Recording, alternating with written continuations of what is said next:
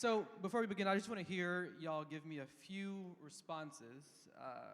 The number one being, say it with me, there are levels to this. One more time, there are levels to this. I am Jaylen Bledsoe. I'm the Chief Executive Business Officer here at the TDJ Group. So excited to be a part of such a phenomenal movement, speaking to the world, moving the world, and making communities across the world. We're going to talk about startup tonight. I'm just curious in the room, who here currently has a business? Show of hands, okay. Of those businesses, who is making money in that business, meaning profit? Who's profitable in their business? Okay. And who is an ideapreneur? You have an idea on the way that needs to become a business. Okay. And the last one, who is in a company and they are a corporatepreneur? They're in the business killing it as an employee somewhere. Okay. Perfect. So, number one slide is there are levels to this.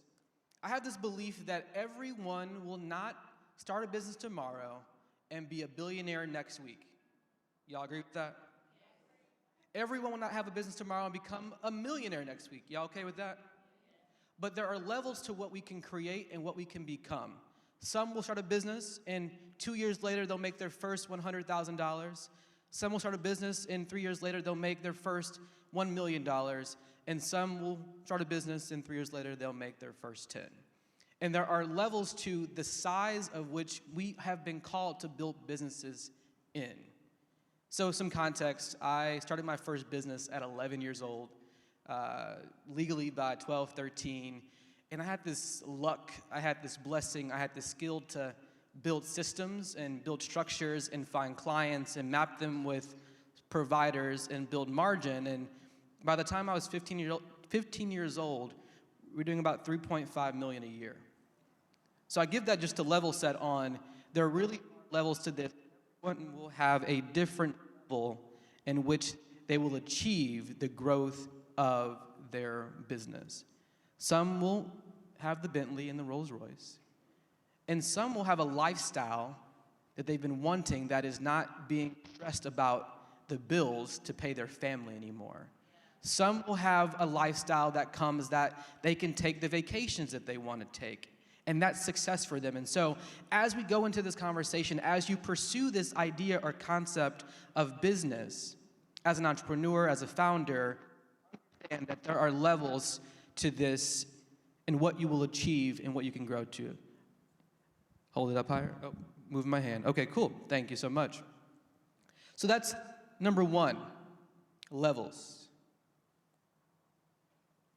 I'm going to add a note to that. I'm curious, who in the room believes that success is the money? Okay, one. So yell out to me what success sounds like to you. Freedom. Freedom. And going back to that point, freedom is not tied to having $1 million. Freedom can be for you various levels of this chart of what growth financially looks like. And for the most part, it's not just revenue, it's profit in the business. It means nothing to have a business that makes $1 million a year and to profit $10.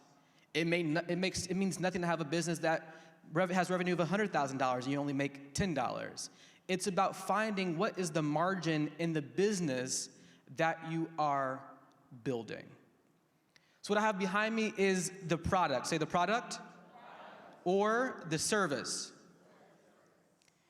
This is kind of the most important thing that you have to have behind the name of the business. It's the thing of what we're doing, what we're selling, what we're offering, and how to deliver it. But let me ask you this question. How do we get to this thing? How do we get to the product? What's the best way? Any ideas? Vision, okay. How do we get that vision? What drives the vision? Passion, okay. Failing. How about this? It's a need that already exists in the market. Before I have an idea for a business, it's not just having it because I woke up and maybe God did drop a gem in my mind. I woke up and there it is. It's a shiny thing. But most importantly, it's waking up and seeing that there's a problem that needs a solution. Or there are solutions that exist, but you have a way to make it more efficient. So I think about the early days of iPhone. It took Apple a lot of money to sell you on the need to believe that the iPhone was necessary. Because when the iPhone came out, you didn't know that you needed it. It was this thing that existed, and they had to help you understand or get you addicted to having this phone in your pocket that was always on the internet with everything that you could ever imagine. They had to sell you on that. But everything that we create at this level as entrepreneurs, it does not have to be a thing we have to teach you why you need it. If I can find an existing problem that you have and meet that need with my business as a product or as a service, I'm 1 million steps closer to having my customer. And I'll tell you this, I've learned it a million times. Your best customer is not your family. Because even when you start the business and they've got you all excited about starting the business, they won't buy the product first, or ever in some cases. So it's good to validate the idea, but you also want to validate the idea with people on your block, on your neighborhood, and or use the internet, Instagram, TikTok, to find where customers are looking for what your needs are. So everyone, pull out your phone, and I want you to go to Google. And I want you to type a problem in Google. But before you click search, I want you to see what comes up under it after you are in that search bar. What you'll see there are suggestions based off of what people are already Googling on a daily basis. So if I now have insight into what people are searching when I put this problem in, I may have an idea on the importance of this need in the marketplace. Now be careful with that, because when I search my name, it says Jaylen Bledsoe's wife, and I don't have one. So we're all looking for her, apparently. So again, it helps to identify the needs that people have or the solutions that they're looking for day to day. There's also a website called Google Trends. Google Trends will give you a report on all the things that people are searching and what's trending in a season. So you can see maybe what things people are looking for, what problems they're having, and again, it can help guide you or drive you to how you can support or find this business or validate the idea that you already have. Because again, if you have a business and an idea that does not solve a problem, you have no customer. And you're gonna spend a lot more money trying to find that customer when you could find it a lot easier if there is a need that needs to be solved. So write this down, cost per customer acquired. As you build a business, you want that to be low, and you want, of course, your customer lifetime value to be high and multiples over that thing.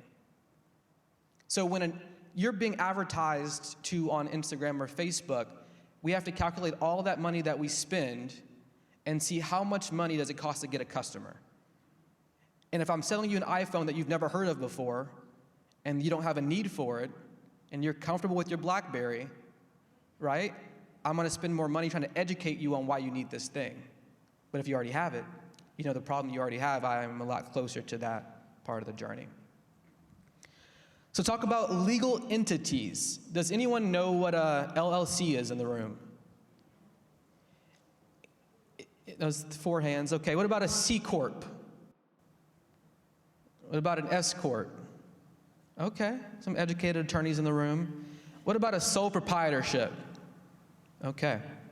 So I'm not gonna give you too much legal advice. I'm not an attorney, so you can't sue me after this. Whatever I say, validate it online, go ask ChatGPT or ask an attorney to help you out with the official things.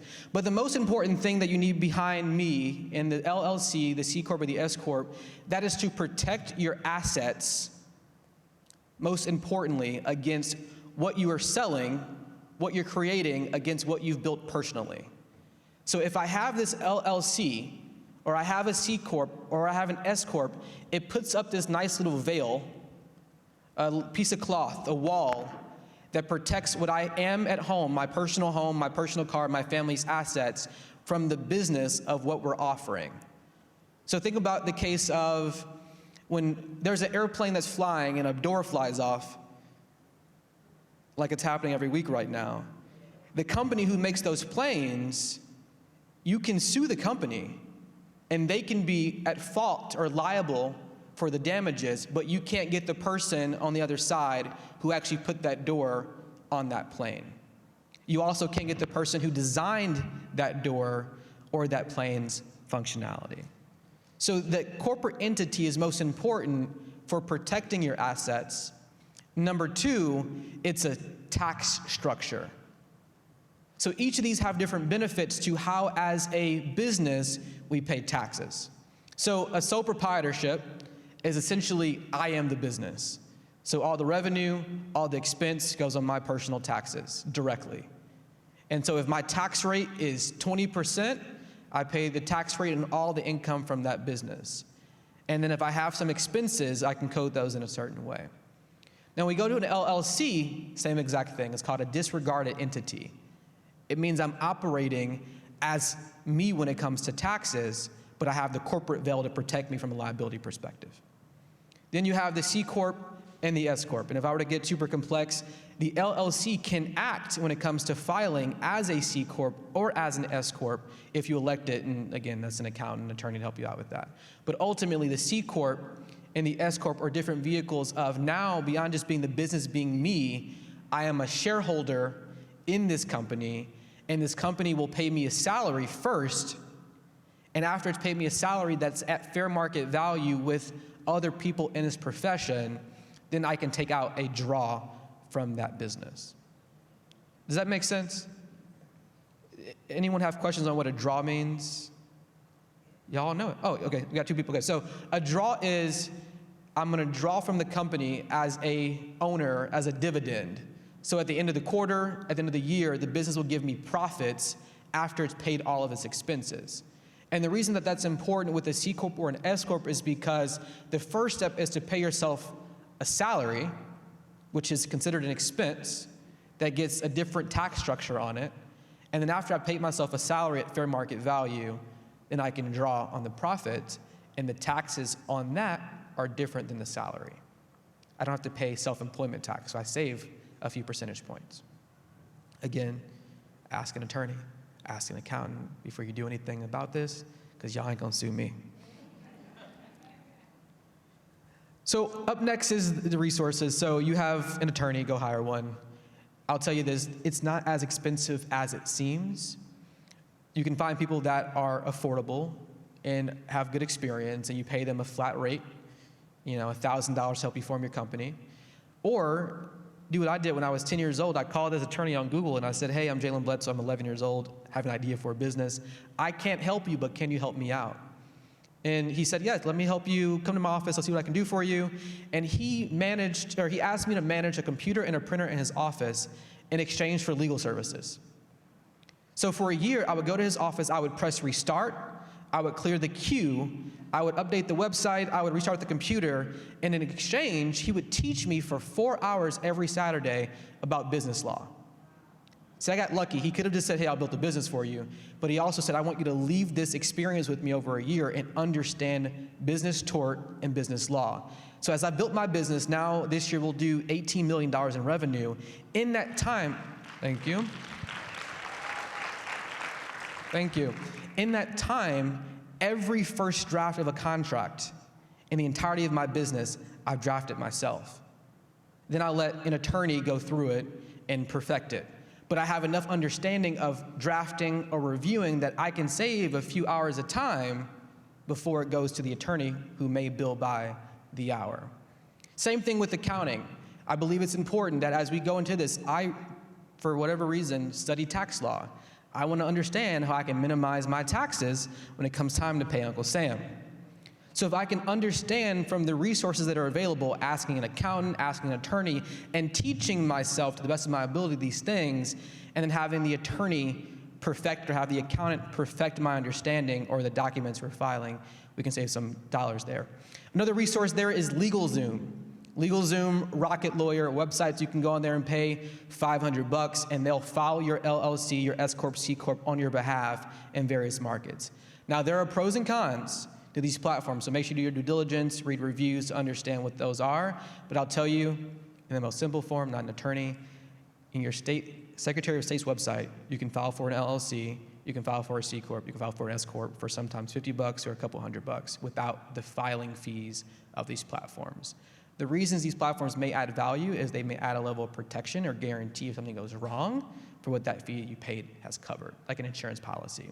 But again, I recommend call an attorney, find a flat rate attorney that'll charge you $1,000 to do it in that method, and do it a lot easier. Go to market. Say that with me. Go to market. There are two worlds where this matters. One is the actual product. We have to actually create the thing or create the service. And sometimes it's not about us creating it to do it over and over again. It's about just understanding what is the thing that we're going to sell. So who here has ever, as a kid, had a lemonade stand? Okay. Who here has ever had a bike wash as a kid? Okay, 2 of y'all. I wasn't the only one. Who has ever cut grass as a kid and charged for it? Okay. So I had this moment as a child. I wanted this camera. I was a wannabe creative. Today I spend half my life playing creative with a MacBook and the other half playing accounting on a Windows computer in Excel. And as a kid, I wanted this camera, and my godfather told me, if you can get half the money for the camera, I'll give you the other half. So I needed to get $300 to get a Canon T2i or whatever it was at the time. This is probably 13, 14, 15 years ago. Wanted this camera. He said, go cut grass, and that's how you'll make the money this summer. So I go cut grass one time. I lived in St. Louis, Missouri. I was a fat kid. So once I got to that heat and cut that 1 yard, I realized that cutting grass was not my calling. Because I'll tell you, it's not it. But what I did know is that I could get my friends to cut grass on my behalf. So I would go get my friends, and I would say, hey, can you go cut this yard for me? I'll give you $15. I would go charge $30. And it kind of worked. Then I just did the entire block and then the neighborhood next door, and it was funny, me and my grandmother, we had walkie-talkies, so my range was as far as the walkie-talkie would go. And that's kind of where I knew where my limits were. So we would go out now to find clients, and I get all my friends, I get their siblings, and their cousins visiting to go cut grass for me. This little army in North County of St. Louis. And that summer, I made $6,000, $3,000 in profit because I had a 50% markup on I could go find the customer, right? Number one, there's a problem. I found my customer, I figured it out, I'm gonna go knock door to door, and then ultimately, we're gonna staff up this team to go execute. So it's not that I cut grass well, I cut grass one time. It's not that I knew business well, yeah, it's a concept, is that I had a system on how I could take this thing to market. So if it's a service business, how can I find the customers, and how am I gonna fulfill the contracts on this business? So my business today, we'll do $18 million this year. We're at 60% margin because I did the same exact thing.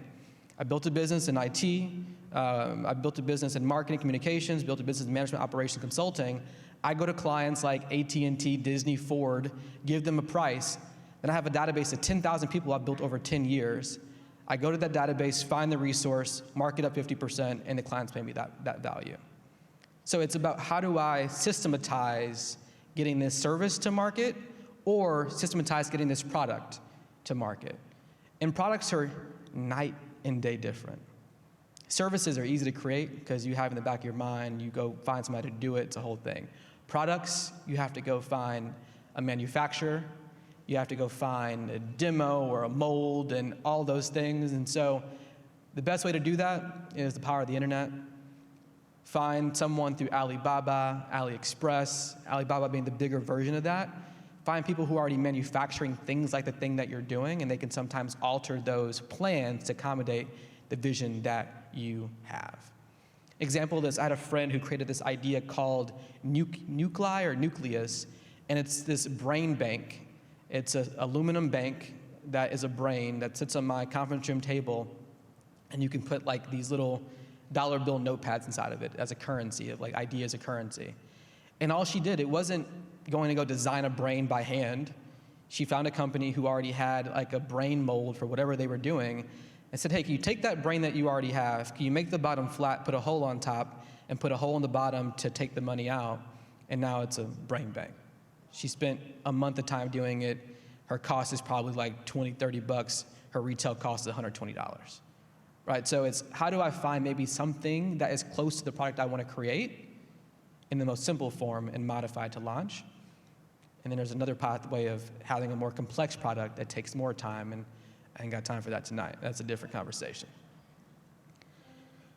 This one is a really important, just say weakness Who here has a weakness? Who here has let that weakness stop them from starting their business? So my belief when it comes to that is to hire or partner with your weakness. If you are a creative and you need someone who is deep in numbers and in finance and in all of the gritty Excel documents and formulas, go hire that person. And if you can't afford to hire that person, find someone who is willing to do that business with you as a partner. Because I would much rather be in business with someone who has 50% of the business and that business now makes $300,000 than me never starting the business in the first place because I couldn't figure out that thing, or I realized that my formulas are jacked up and I was calculating my profit wrong and I actually didn't make any profit, right? It's about how do we partner with our weakness to figure out what this thing is and going to market. I do a lot of work in this thing called supplier diversity, helping black businesses or minority businesses or women-owned businesses go to large organizations for contracts. So I had a client call me a few years back and they said, hey, we spend $50 billion a year in contracts. We want to spend more with black people, black businesses. Help us find businesses that qualify for XYZ commodity. Well, as we went to market to find this vendor that they needed for this very specific contract, that was pretty simple, like maybe like event planning. The issue with finding some of these businesses is they weren't scaled enough to handle the relationship of what this Fortune 10 company could facilitate. So what we had to do was help them partner with other companies just like theirs and create a joint venture or a joint organization to go pitch for that contract. And when they did it, they went from having their own individual revenues of $3, $4, $5 million to qualifying as a group of 10 businesses for a $100 million contract, right? So yeah, give them a round of applause. They're doing good now. But it's important to think about how do we partner with our weakness, because we are not gifted and called to do everything, nor can we do everything. We only have 40 hours in a 9-to-5 concept. We only have probably 60 or 70 hours where we actually are productive. And if I go past that 70 hours trying to figure something out that I don't know, I'm gonna be a lot less efficient in getting to the thing, and that's getting this business to the market.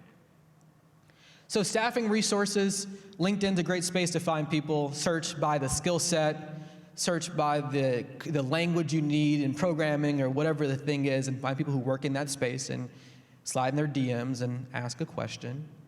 The other website is Fiverr, really basic. If you need something creative, go on there as low as $5, get someone to do something for you creatively, or they have an entire database of things now. The other is Upwork. So when I built my first business, which is now called Flair Partners, then it was called Bledsoe Technologies, LLC, I went to a company called Elance, which then became Upwork, and I found all of my vendors on Upwork. So when I wanted to go sell web development services, which before this, I taught myself to program 5 languages out of 7 books over 4 weeks, programming languages. I learned it enough to figure it out, but again, I wasn't the best at it. So like when I cut grass, let me find someone who can help me scale this thing that has a skill set and I can manage the pieces on the table. So I went to Elance, went on there and said, I'm looking for a web developer who knows WordPress, who can build custom themes. I got 10 people back. They sent their bids in. I saw their portfolio. I picked 3 of them to be on my roster of service providers. Then I could take their services to the market and again, upsell it or mark it up. But throughout this entire journey, a lot of my team has learned from that model. How do we offer a service or a product and go find our weakness on what is now called Upwork? And there's many platforms like that. Now, that's about it. I think the last thing I would say is you need money, but you don't need a lot of money. You don't need to go raise $100 million. You don't have to go raise $10,000. It is as simple as going to the person who provides the service you need to build your business and understanding what their price is and negotiating to what makes sense for you, or finding someone who is just as good for the right price. The power of research and finding a cheaper commodity is super, super crucial. It's never the first quote you get. It's never the second quote you get. It's never the third quote that you get in that order. It's about getting 5 or 6 quotes and finding the average of those quotes to see what makes the most sense. It's not the highest quote. It's not the cheapest quote. It's typically going to be the one in the middle who has the best value for the investment and the outcomes of what you'll get from that thing. The other part of that is debt. You can go get debt to do the business, but debt comes at a cost.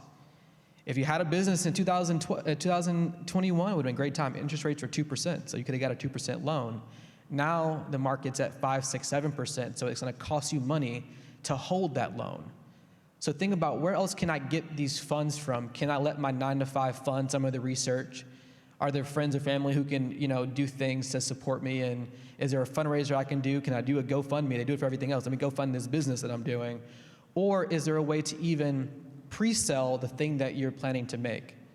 And so I invested in this business years ago. It was a athleisure brand.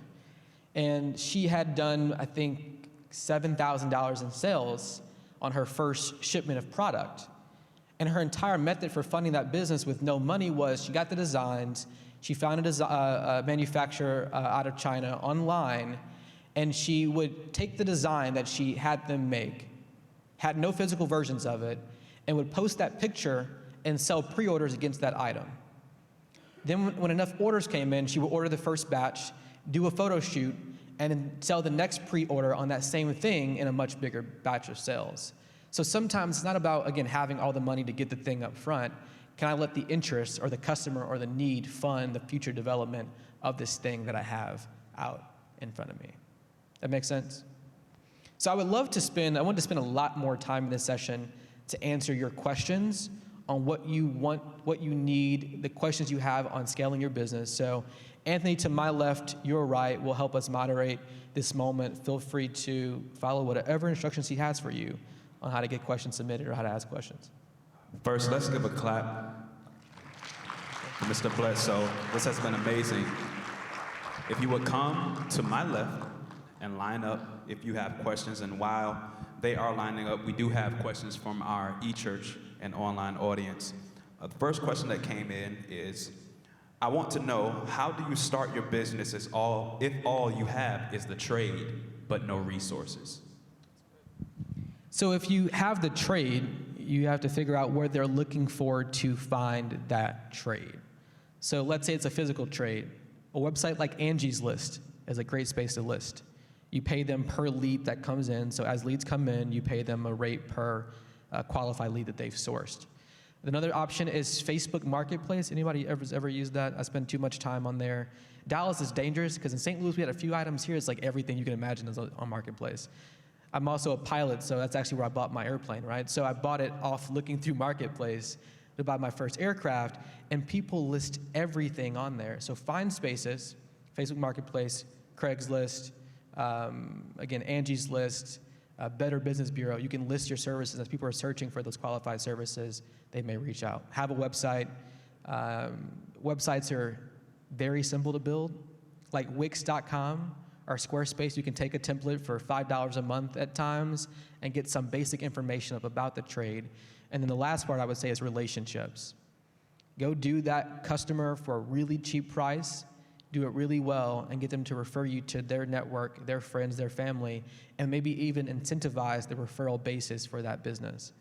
My business for the first 8 years, scaling from zero to the first, I think, $11 million in business, we did no marketing. I had no marketing budget for the business. It was all based off doing our clients really well for a great price and ultimately having them refer us to their network of people as we did so good for them.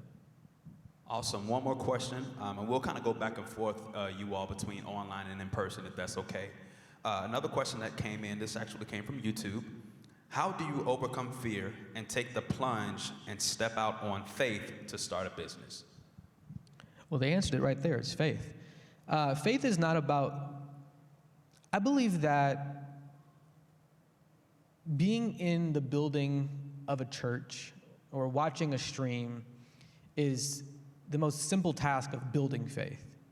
It's a great moment to release, to build relationship, so that when it comes time to jump, you have some level of connection to the person that you trust to let you jump and not fall too hard.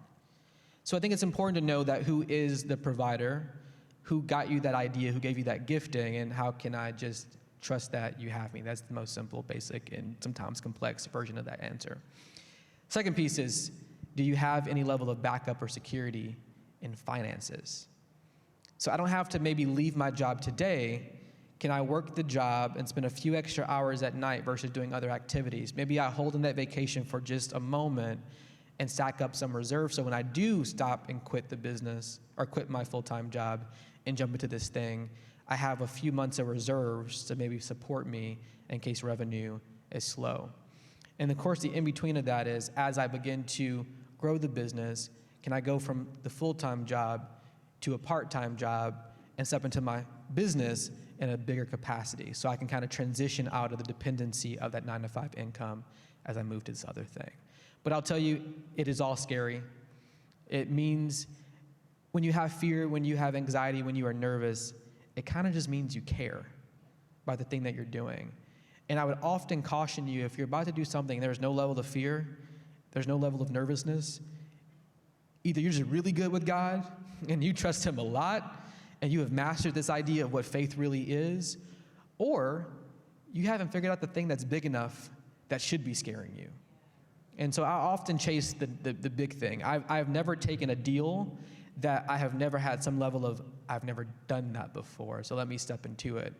The way I've grown my business is because I push my team to grow it by a percentage every year. We've never been at that deal level, but let's step into it. And so I've never gotten comfortable with like the space that I'm in. I love to chase the challenge, and I think being an entrepreneur is not about freedom being free. That freedom costs a lot.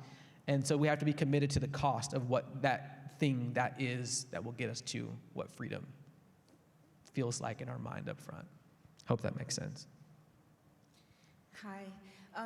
I own a business. I have an LLC. I have a nursing registry. It's called The Essence of Healthcare. And I wanted to ask you about business proposals because I would like to meet with investors and use my business to house the homeless. And I'm naming it Love Thy Neighbor Housing Community. So I just want to know, how to build a proposal in meeting with investors and.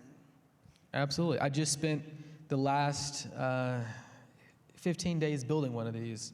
And I'll just show you, this is the formula for a great proposal for business. It can be a document, it can be a slide. It's super simple. Let's go to the very top of this.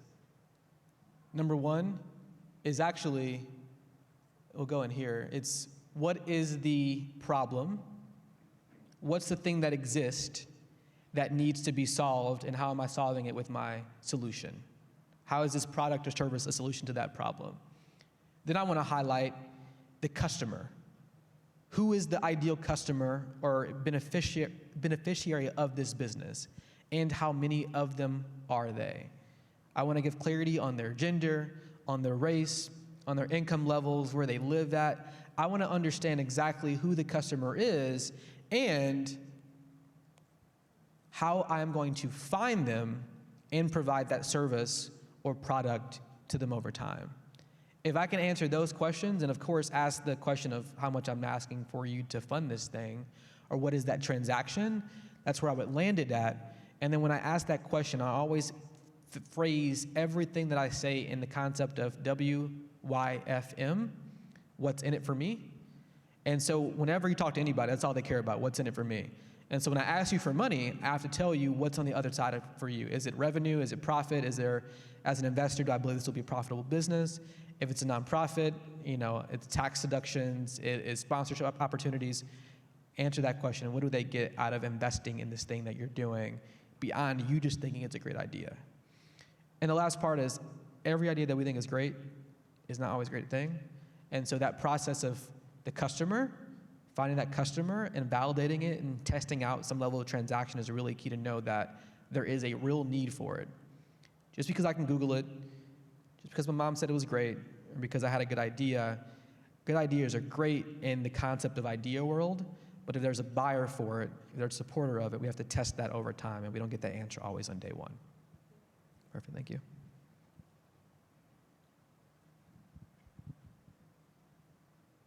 Hello, my name is Joanie. First, I want to give you some context and some background. I majored as a kinesiologist with a pre-medical focus, pursuing a career as a physician and now as a lawyer. I took a gap year, and in that gap year, I took the opportunity to pursue some business ventures and entrepreneurship in general. I believe that I was out of touch with reality, the reality of poverty. God humbled me to see value. Now I understand that value is also a perspective. I have 5 failed businesses. I have 3 successful businesses. I have 3 questions for you. What is the best way to sell an established business? What is the best way to sell a business idea? And when is it time to sell the startup because it's more of a mental burden? Great question. Congratulations on the 3 successful ones, and congratulations on the ones that failed because they got you to those successes. I would say the first question, and you'll have to remind me as I go through these questions, but the first is, how do you sell a successful business? An established business. If there is revenue that outweighs the expenses and there's a profit, those who buy businesses, they buy them in some level of multiple. And so I'll pay you 2 times the current revenue or the profit as long as it's there. The people you go to help you sell a business are called business brokers. So in the same way that you have real estate brokers, there are business brokers. And you can search them, in Dallas or any city that you're in or any state. And what they'll do is review your books with you. And for a commission, they'll list your business in their network of buyers to help them go and validate that. That process changes on the scale of the business. So if you're if you have a business that has $100,000 in revenue, there's a world for that with brokers. If you have a business that's doing $500,000 in revenue, there's a world for that with brokers. And as you increase, there's brokers that can help you exit or navigate that business world based on the level of profit that you have in that organization. As you take on investors, there's another layer. So when you have investors in your business, you now have to factor in what level of investment they bought into your business at, because they want their money out of it. So that makes this entire transactional process more complex because I have to pay those who now own 50% back when there is an exit. So that price that I can sell has to factor in their level of growth, and sometimes, based off the structure, they have to approve it.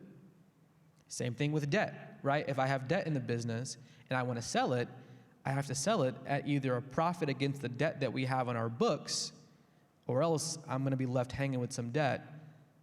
The other option for that is I can sell the concept of the business, the assets, right, and let the entity do what it needs to do on the other side. So to give clarity to what that means, again, talk to your attorney if you ever want to do this, but businesses are 2 parts. There's the asset of the thing that we've created, so the intellectual property, the idea. So if you are Apple, the iPhone is a piece of intellectual property. That thing is owned by Apple, but that is not Apple. So if Apple were to ever fail, they could sell the assets or the value of the assets internally. But even if they're successful, they can sell just the asset and keep the company running. So one of the things in my business, we have layers to our organization structure. I have the Bledsoe Collective, which is our holding company. And then that has different companies as LLCs or C Corps that are also assets. So I can navigate my exit with different assets. I can sell the entire company, I can sell a division, I can sell a service, or I can actually sell customers that we already have that have revenue, that are in the business. Question number 2, sorry, you had a few questions. No, you actually answered the established business, the business idea, and then when is it time? Specifically not like time and how long, but when is it time to sell the startup? Like what are, like I said, it can be a mental burden. Maybe I've been putting 6 months into it, I'm not seeing anything out of it, or maybe it's not being worked properly. So what exactly is it? When is it time? What is like the factor that says, hey, it's time to give this up, it's not generating anything worth some serious value? So I'll phrase it as, at what point am I not enough to push this thing forward? Meaning skill set or energy, right? So those are 2 areas. One is, can I hire someone who has a skill set that can do this thing? Can I give that person equity? Can I sell a percentage of the company to someone who has experience to help scale this? Or am I just at a point where I can't scale it anymore and I can't hire someone, but I have enough profit in this thing or enough revenue and the expenses are close enough that someone has an interest. The biggest part of that is taking our ego out of it then. It becomes a number game. It's not about my emotions, not about how I feel. It's about, do the numbers on paper make sense to get out of this business in a way that makes sense for me moving forward? Last option is selling to a business that buys operating business called, I'm trying to think how to describe it, a hedge fund concept. If I can sell the business to someone and they pay me for 50% up front, and I get to own the other half for 5 years, and they buy me out incrementally as they've taken control of it. It's called seller financing. So it allows me to keep an interest in the business and maybe also advise them or support them on how I got the thing here. And so now I actually benefit from what they can do in growing it by retaining some of the equity until they have gotten it up to scale or where they want it. Give a lot of pieces in there, so hopefully there's some nuggets in there for y'all. And I'm so sorry, just one last follow-up. So what you mentioned about asset and intellectual property, I've heard this concept before.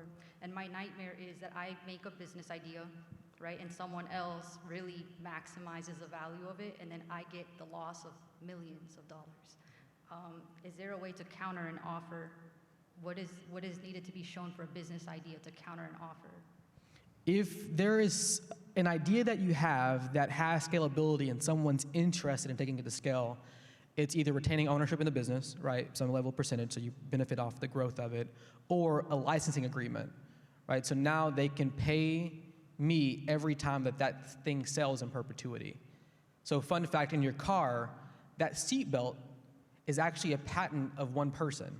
So every time any car company makes a car and they put a seatbelt in, they pay someone a license fee to use that technology that's been created.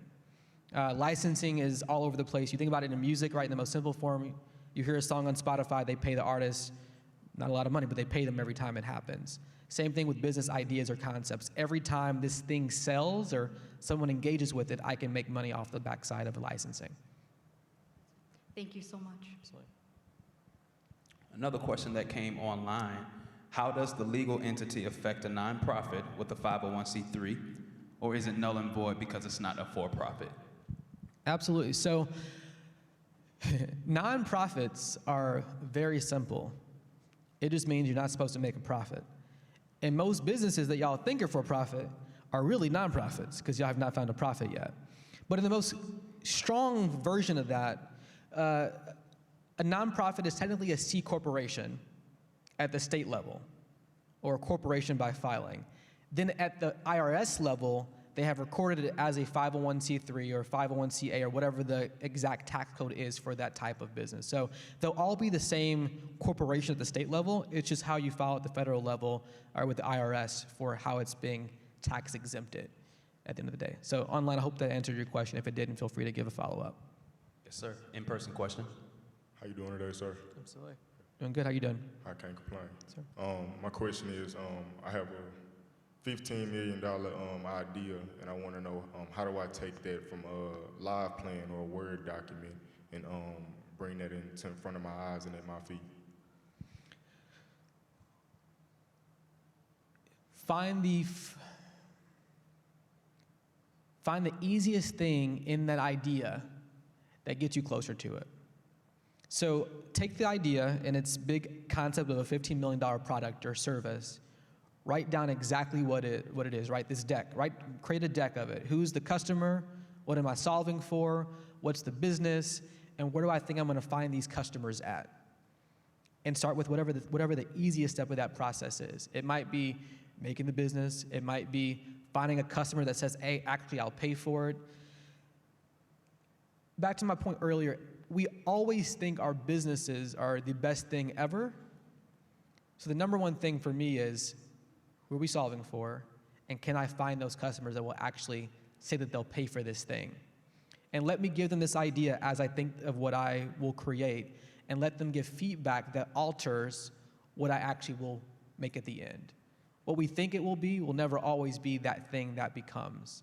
Most apps that we've experienced were not created as they are. They were created as something else, right? What we see as social media was not made to be social media. It was made to create connections or like have a site just to see people in a directory. But then they realize over time what people wanted and they changed it because of that. So find the first step that seems easy and start there. It's like faith. You have to take a step into this abyss of not knowing what's on the other side of the step and see if it works. And if it doesn't, find the next thing. And at some point we have to calculate, am I spending too much time on this thing? And should I go take the energy I'm putting here and find some new concept to play around with? Another question from online. How do you get funding for your business when you aren't eligible for a business loan? So I mentioned earlier, number one, that every business does not need to take on debt or investors to start. Make sure that is really big in your mind, because sometimes the society says we should be raising a ton of money at crazy valuations, or we should go get these big loans, or let TikTok tell you. They'll say, go get a credit card and put your business on the credit card, which is not the pathway to do it. So first is, what do I actually need to start this business? Two, are there grants available for my type of business? If it's a nonprofit, there's plenty of grants for that. And if it's a startup, are there pitch competitions in my city that I can be pitching for? I believe there's one happening in Dallas at Good Soil for like a number with a comma in there somewhere, I believe. It's a really big ask. So there are pitches that take place in different events, so look those up and go pitch your business and let the judges tell you what they think about it. And that judgment can be a $5,000 grant or gift or investment with no equity. It can be $100,000 or it can be $500,000. Yes, my name is Garth McCreath. I just wanted to ask, from start to finish, if you do not want to use your, if you do not have a business credit established, and you want to use your personal credit to get funded with SBA, can you tell us everything that you need from start to finish? Probably around 4 or 5 different things to be qualified, and how long do they give you to start making your payment, and the maximum time they give you to finish paying it off? Absolutely.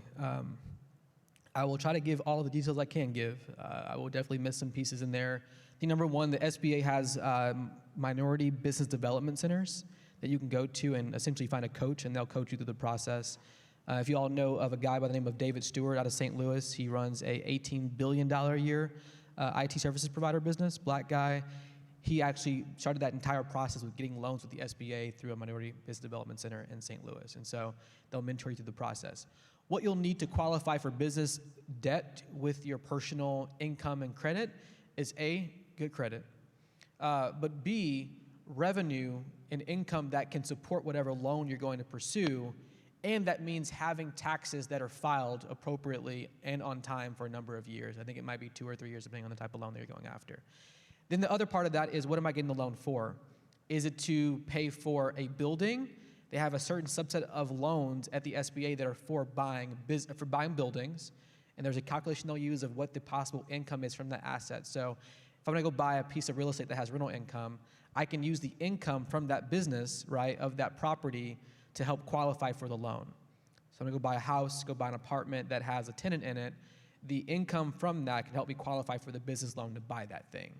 Same thing with buying an existing business. Again, the income of that business can help me qualify for the loan that gets me in there. So in most cases, if you can save up some level of down payment to support with buying these assets, the loans can be built or used or can be modeled around the income of the thing that you're buying.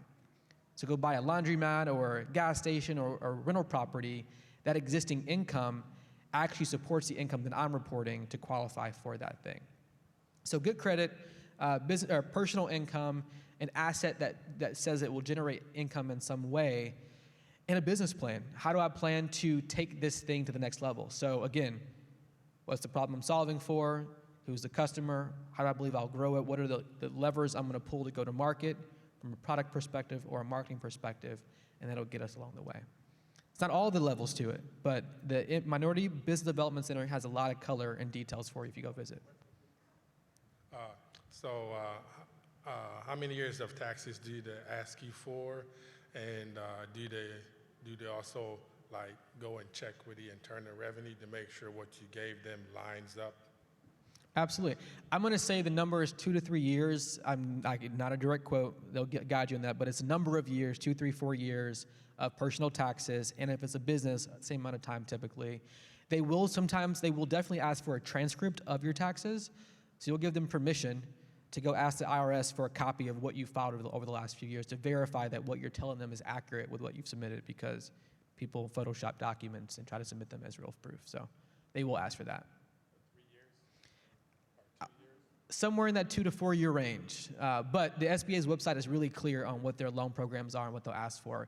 And the SBA is not you don't go to the SBA for the loan, you'll go to a bank that offers SBA loans that can support you. So that loan officer can often help you with giving you color and giving you detail on what you need.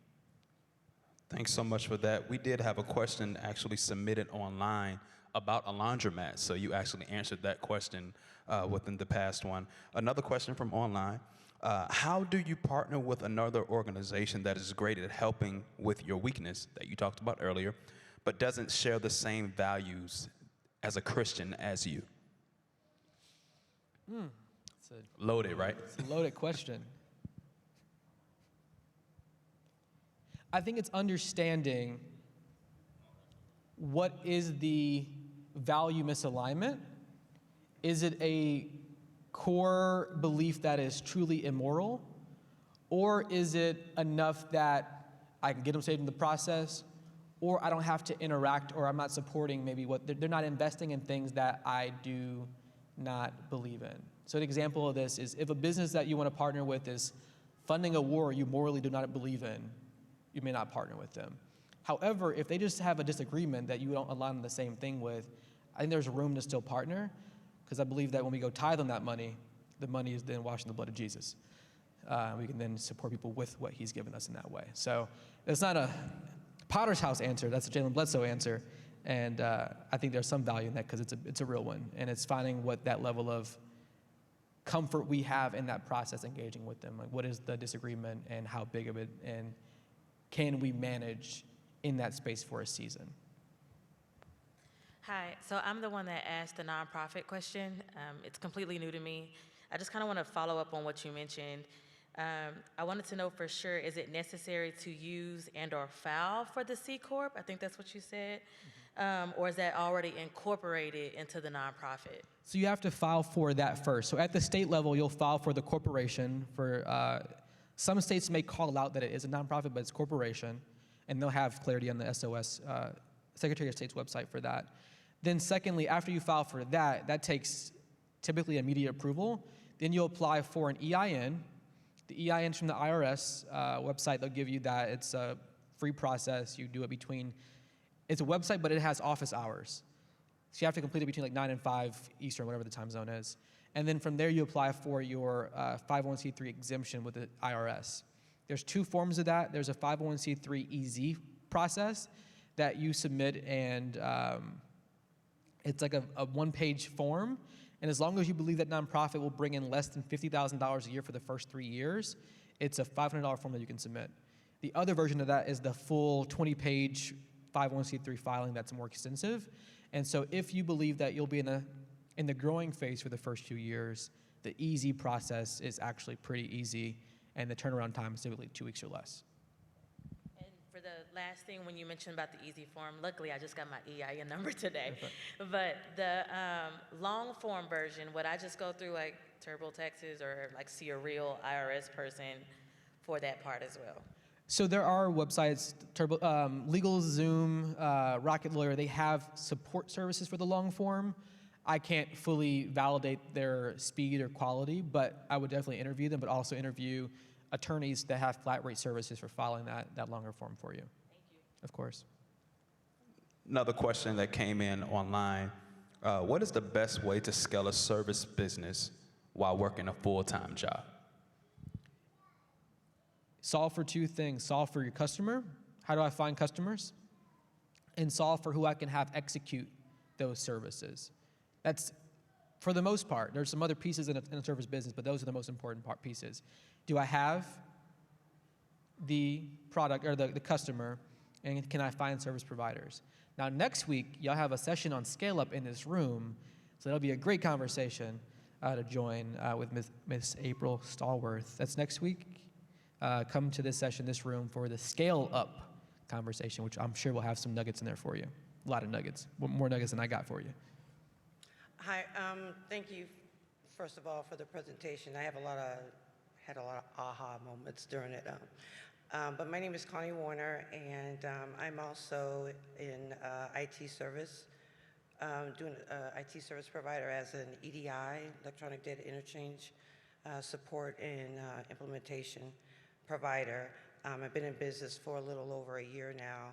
I felt like God, after my layoff in 2022, said to kind of take everything I learned in corporate and put it into my own business, so that's what I did. My question is, how do you get to the point to where you transitioned from having to do all the work yourself? You know, I need contracts, I need multiple contracts, but right now I can't afford to pay employers, so I'm doing all the work myself, you know, from the support to project management and onboarding. I need help, but I can't afford employers. So how do you get to that point to where you transition? Absolutely. So the question was, if I have a business and I am booked and busy and I can't afford to hire someone else to help me with what's coming in, how do I manage that? So the first thing I would say is, are you pricing your services at the right level to create space and margin to afford to pay for services? IT service space is actually a very low margin business, about 10 or 15% business. So finding that's going to be really critical.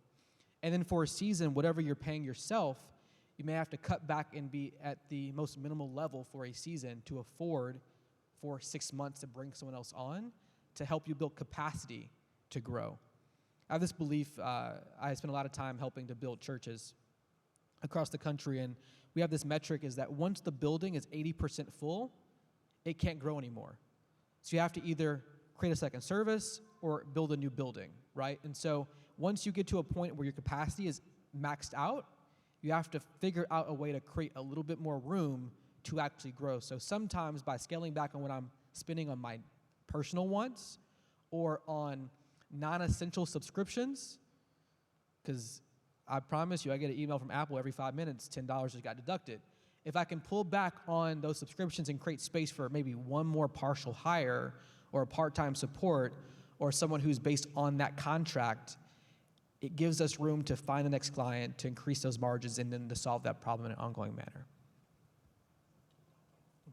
Awesome, awesome.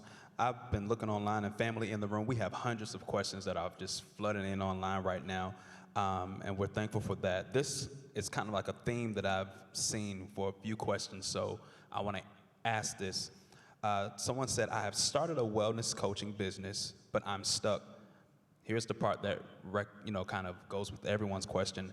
How do I start the business as far as marketing with no budget? So it's first finding that first customer. Find the first customer. Do that job so well and ask them for a simple referral to someone else that they think can benefit from that.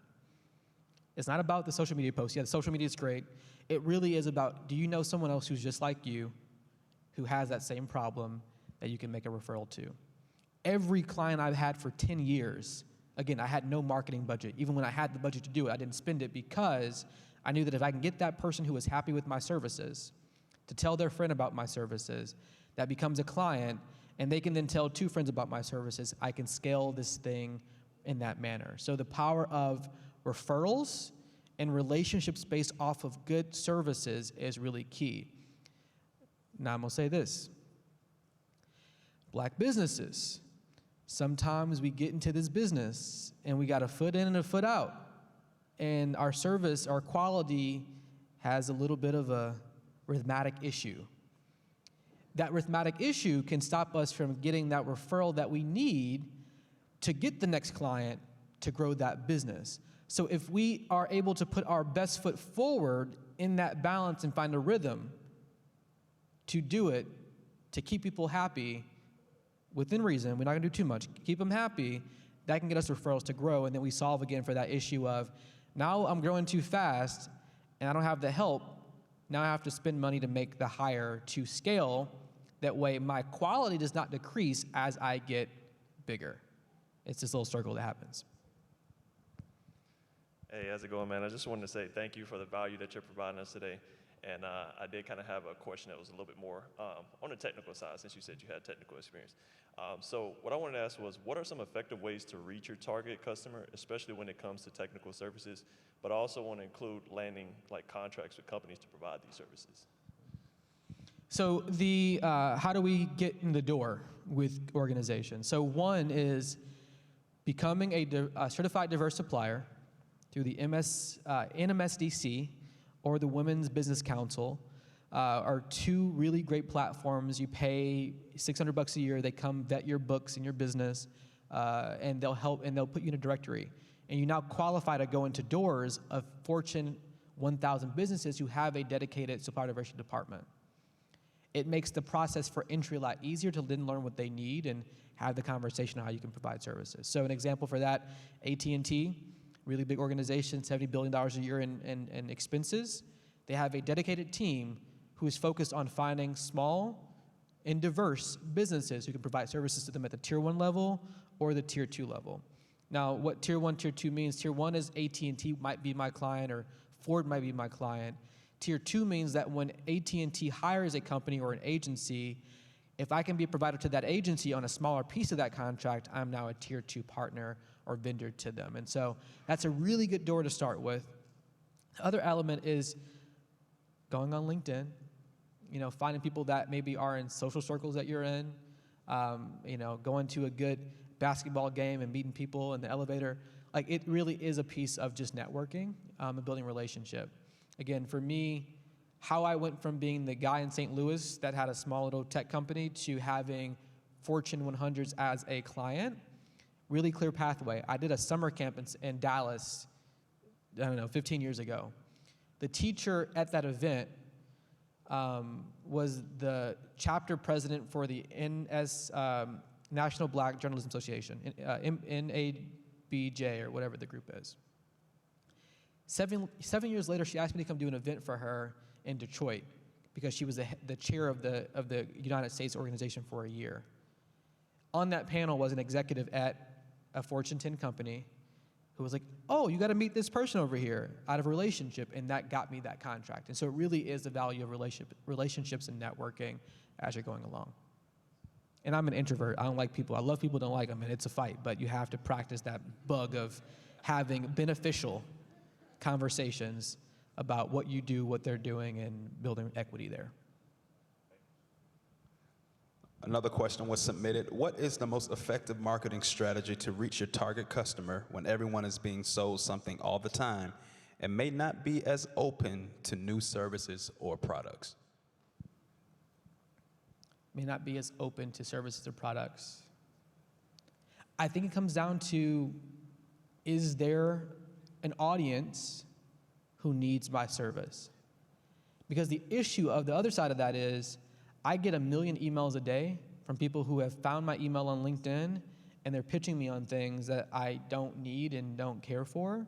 And so if I can find the people who have the need, if I have a website that speaks to it. Another piece of this is, when we begin to invest in marketing at my business, I put a lot of money in thought leadership content, on creating content that made me look like the expert in that area, or our company an expert in that area. So a bunch of blog posts, a bunch of LinkedIn posts about what we know about the trends on XYZ topic, so people could then see us in SEO, search engine optimization rankings for looking for someone to help us with supplier diversity or DEI, and we became a top link. So thought leadership is great on LinkedIn, on social. Again, becoming the expert in the area for people who are searching for that thing. Otherwise, you're going to spend money marketing to people, teaching them what it means to have your product or service if they don't think they need it at that point. Hi, my name is Vera Davis, and I'm more interested in the medical insurance billing and coding area of the business. I do medical billing and some coding. I do enough to know if I need to review the codes to make sure that they're right for the billing, but medical coding can be very difficult because you have to have all these different modifiers for illnesses and stuff, And so I was kind of more interested in finding out if AI is at a point to where you can incorporate that into the medical billing because of the HIPAA where, you have to have numbers instead of patient names and everything. So is there a way to incorporate AI into the medical coding and billing where you can move it along faster and accurate? Because once it go to the clearinghouse, if it come back, then the doctors are delayed like 2 or 3 weeks from getting paid. So you really want it to go through the clearinghouse the first time. And is there a way to incorporate that? Absolutely. So AI is definitely at a space where it can support. I think AI always needs a human to validate at scale because it can drift off in the current state that we're in. But the best way to get the services support for that is going to Upwork. Upwork, again, that's the platform that has the staffing resources, experts, and you can literally search AI developers or AI experts and engage them on a consultation for an hour to get feedback and or engage them on a 1 month or 2 month contract to build that solution out for you at sometimes very cheap prices. So that's Upwork.com. It's a great platform. They're not paying me for this. They should be, but they're a great platform for that. Absolutely. Question came in from YouTube. Where should I go to get help with grant writing? And are there particular grants for various business ideas? Absolutely. So I would send you back to Upwork. Upwork, if you search grant writer in there, it'll bring you up those who have experience in that space. You can look at their profiles, look at their experiences, and have a conversation. You can vet out, I'll say this too. Whenever you partner with your weakness, meaning you hire someone or you partner with them or give them equity, ask them for their existing customers to speak with. Because when you go on these websites, everyone's an expert, everyone's a genius, and they will overpromise you the world. And you spend 6 months of relationship with them, and you've paid them a ton of money, and you've gotten nowhere because they actually never done that thing. And so I'm really big on ask to speak to their existing customers to get feedback on what they're saying that they can do actually what you've experienced. And that'll help you really vet out beyond what you see as a review or what you see as a profile on these websites. What was the first part of that question? Yes, the first part was where should I go for grant writing? Yeah. Upwork, yes. Go to Upwork, Google grant writers for small business, and again, find resources who are in those areas. And just, again, number one, check their sources. Talk to their customers and ask if what they promise they can do is really what they can do. All right, this has been amazing tonight. We have our last question here. Hello.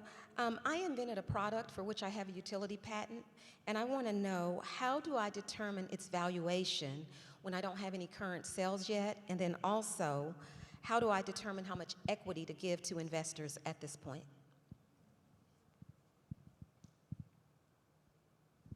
It's a hard question because valuation is all based off what someone is willing to pay and what I can negotiate.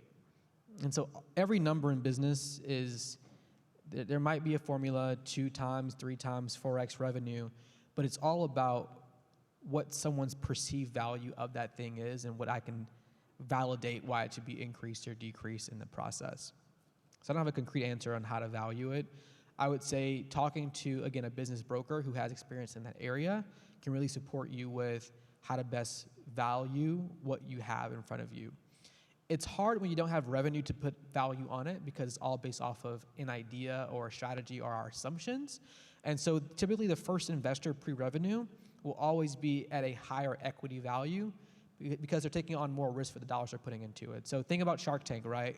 When it's a business that's pre-revenue, they'll give you money for half the business because they're putting in more work to help you scale it.